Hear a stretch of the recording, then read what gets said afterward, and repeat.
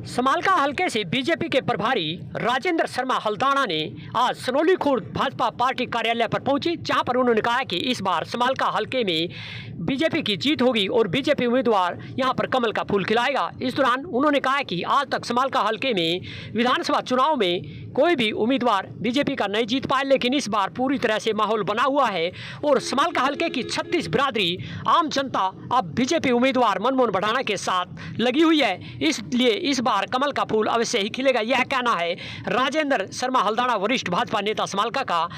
आपको सुनवाते हैं क्या कहना है राजेंद्र शर्मा का। यमुना भारत न्यूज के लिए समालका से उमेश त्यागी की रिपोर्ट।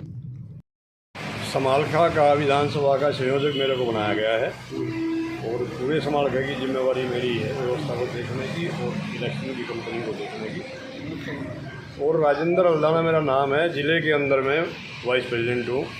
और इस बार पार्टी ने बड़ा ही सोच समझ करके एक बहुत ही बढ़िया कैंडिडेट हमारे को दिया है, क्योंकि मनमोहन भडाना जी बहुत ही ईमानदार और मजबूत प्रत्याशी हमारे हैं।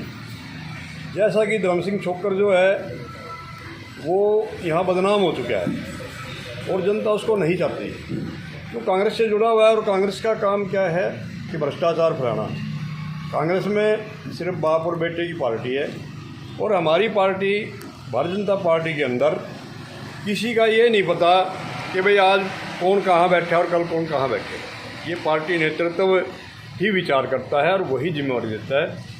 और समालका की मैं बताऊं, कल समालका के अंदर हम लोगों ने नामांकन करवाया मनमोहन भडाना जी का, और वहाँ इतना जोश और जुनून था लोगों में कि इलेक्शन तो हम बहुत ही ज़्यादा मतों से जीत चुके हैं और अब तो सिर्फ लोगों में आना जाना बाकी है, क्योंकि लोगों ने मन बना लिया है कि इस बार समालका के अंदर भारतीय जनता पार्टी का फूल, कमल का फूल ही खिलाना है, क्योंकि ईमानदार पार्टी है।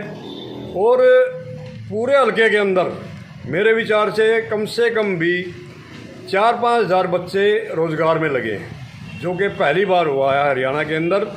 नहीं तो हमेशा ही रोहतक के बच्चे ज़्यादा लगते थे और हमारे यहाँ इस एरिए के जो हमारी ये बेल्ट है, जीटी रोड बेल्ट है, बहुत ही कम बच्चे लगते थे। उनको एक आधा बच्चा लगता भी था तो वो अपनी ज़मीन जायदाद बेच करके, पैसे दे करके जब बच्चों को नौकरी लगाया जाता था। और जब से भारतीय जनता पार्टी की सरकार आई है, बिना पर्ची और बिना खर्ची के नौकरियां मिली हैं। किसी भी आदमी से कोई ये नहीं कह सकता कि भाई मेरे से 1 रुपया लिया है। तो इसलिए लोगों में बहुत बड़ा उत्साह है।